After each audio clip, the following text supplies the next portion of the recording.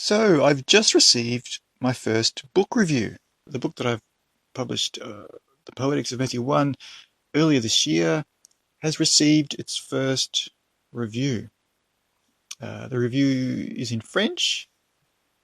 It's by Sébastien Doane, and he's one of the people that I mentioned in the book. So I was really quite excited to have a book review. Finally, someone has reviewed it. I've got mixed emotions about it. It's quite exciting to have a book review. Someone's reviewed it, yay. But also a little bit disappointing that it's someone who's not from the field that I'm working in. And as what usually happens, well, I don't know if it's usual, but it sometimes happens that someone in a different field reads the book as if it belongs to their own field and that it's trying to do what they do, that they themselves are doing. So Sébastien Doane is reading it as if I'm trying to work in his field, but I'm just not doing it properly, which is natural to read it that way. I think that's reasonable enough to expect that I should be doing what he is doing. I think that's fair enough. But it is a little bit disappointing from my side. My perspective is, he didn't quite understand what I was doing, but he's reading it as if it's in his field. Okay. Oh well. Well, I mean, in that case, it's quite good then. It's quite, I mean, considering that, it's a favourable review. Yeah. So I was just thinking, I should probably say something about the review. What I am interested in doing in this episode is to, it's been on my mind, it's because of the review that I've thought, I probably should do this. And that is the topic of masculinity. I mean, I'll do an episode where I discuss why I've used the word masculinity in the podcast and why I'm constantly tempted to remove it. And it's all because of, well, I'm thinking, all right, I probably should say something about why I'm not engaging with masculinity studies. Why is that not my field? I mean, I could have two fields. I could be trying to work in two separate fields, and that's a reasonable goal, to try to bridge two fields. And I think when I first started the podcast, which was for me for the benefit of getting things out of my head and getting them into a sequence that I could think about publishing. And so, on the one hand, the podcast is really so that I can sort things out, get them out of my head, and then also hopefully benefiting other people who can access freely pre-publication research. And I think in the early days when I was starting out, I thought, oh, well, I'll probably end up using masculinity studies because masculinity is one of the themes that I'm looking at in Matthew. I'm looking at everything that I can see and notice in the text and commenting and studying and researching all the textual features of Matthew, and that's why it's going to take a long time, much longer than I thought, and much longer than what I can live to see. But masculinity is simply one of the themes that comes up in the book. So I'm not studying it from the perspective of masculinity studies, but I think in the early days when I started the podcast, I expected that maybe that's what would be happening, and so I started reading masculinity studies, thinking, what insights do they have? Are there any scholars working in masculinity studies who are studying Matthew, particularly Matthew chapter 1? And what happened was that I didn't find those studies, that there weren't very many, but I didn't find that they were engaging with the text in a way that was helpful for insights into the text itself.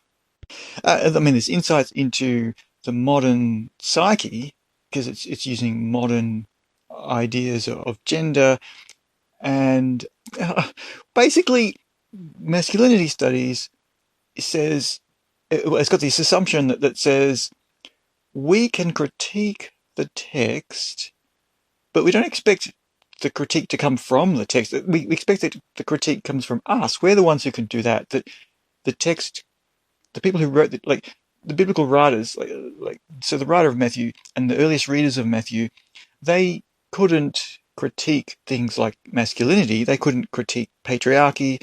They couldn't critique the things that we can critique. They couldn't do that. So it's up to us to do that.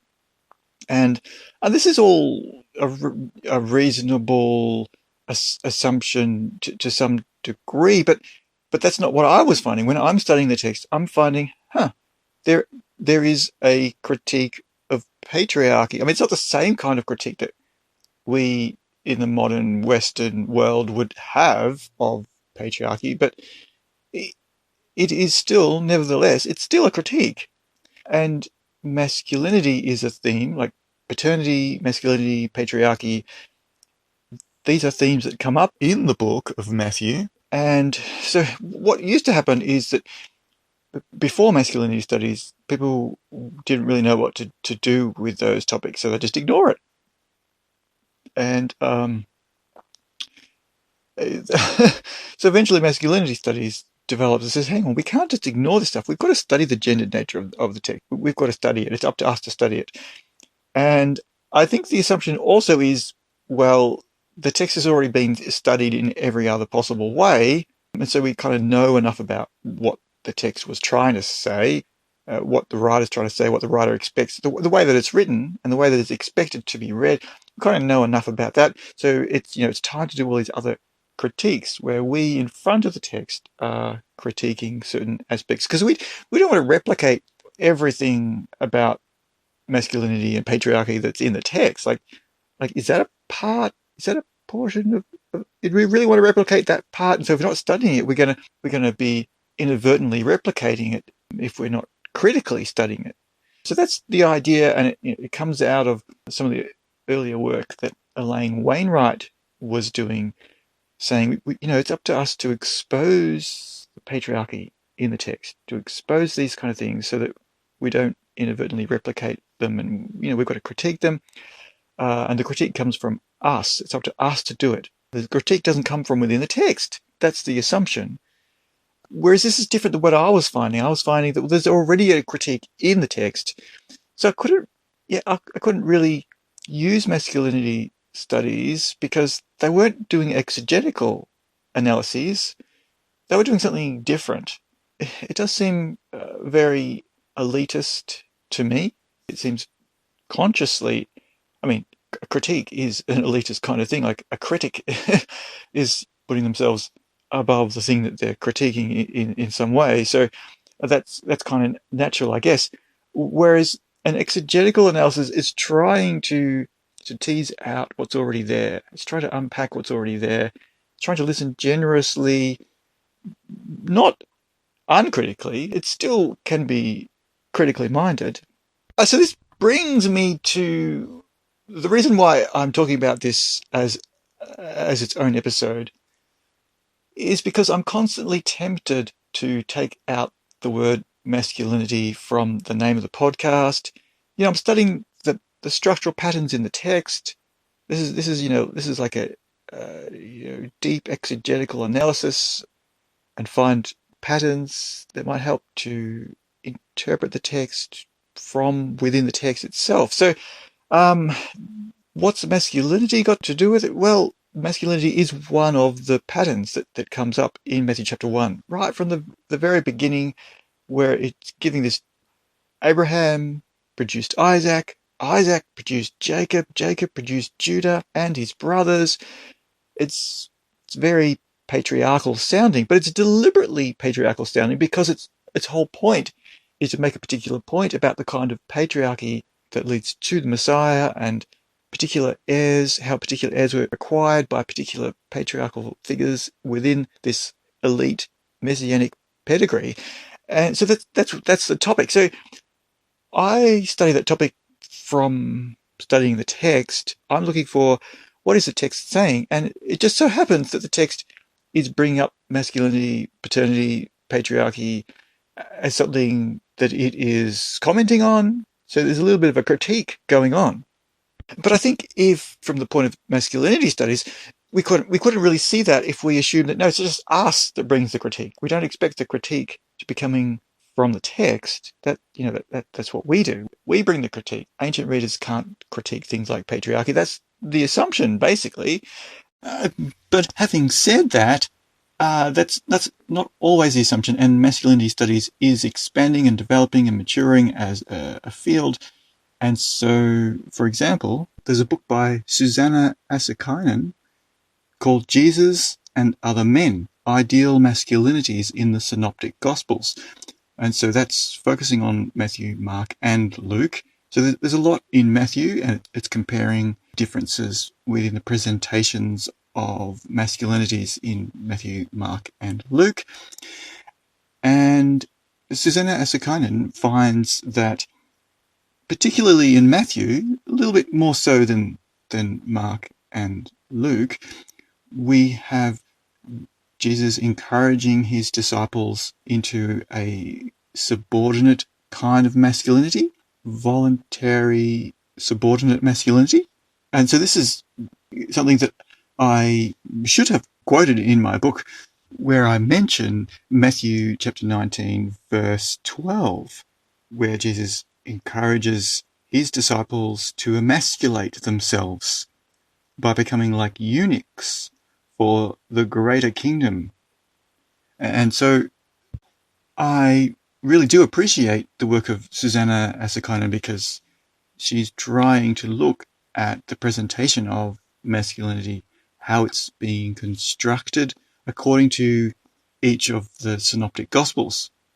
And if any listeners are aware of any other studies of how masculinity is presented for particular characters in the Gospel of Matthew, then I'm very interested in hearing about it. So I do read anything that's relevant to analysing Matthew from the perspective of how is it being how are these themes being presented in the text. Studying the patterns in the text to help unpack what's in the text. So at the moment, no, it's not counted as masculinity studies. It's just, I don't know what to call it. I'm just studying the patterns that are there in the text, trying to follow the logic in the text. So the logistics of what's going on, I've called it poetics because that's the ancient word, the Greek word that goes back to Aristotle. I've also heard people talk about it as sort of like a mathematics, looking at the algebraic way that the text fits together.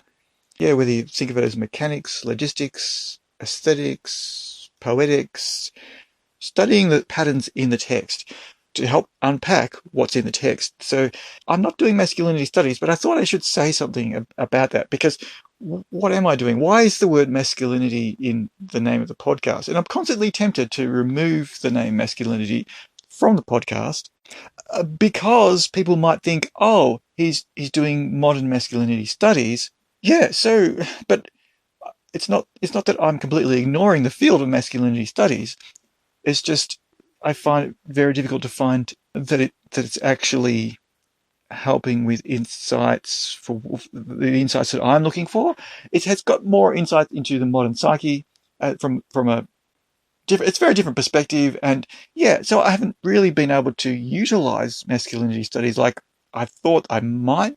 And so that's why I think, oh, maybe I should avoid the word masculinity. So masculinity is kind of a combination of Matthew and masculinity, because it's a critical study of Matthew and masculinity, the masculinity that is there in the text. Why do we have emphasis on men and patriarchy and the commentary that's going on within the text, studying those themes within the text, but not necessarily from the perspective of masculinity studies as it's currently defined. So I'm constantly in this quandary of, I should take the word out of the name. Masculinity is going to confuse people because they'll be thinking of, he's doing masculinity studies. Yeah, I am. In some way, I am studying masculinity, but not from the perspective of masculinity studies. So yeah, I'm constantly thinking, okay, well, should I take that out? But no, I shouldn't, because then it looks like I'm not going to study masculinity. And I think that the text needs to be studied in terms of masculinity. We can't just ignore, oh, why does the genealogy sound so patriarchal? Why is the focus on what Jesus is teaching the men? Jesus chooses 12 men and he's teaching them. If we just ignore that question, that's really at our own loss. Like, we really can't afford to ignore that question. And so, yeah, studying the gendered nature of the text is really important. But at the moment, I'm just at this awkward point of, oh, I'm using a term that means different things to different people. Even outside the field of masculinity studies, it will mean certain things to certain people. And that's always going to be the problem of using a term. That it's hopefully people will have enough sense to look at, well, how are you using that term, Timothy Lewis? How are you using that term? And not just assume that I mean exactly what somebody else might be meaning when they use the term. Yeah, anyway, so that's all for this episode of Masculinity. Thank you for listening.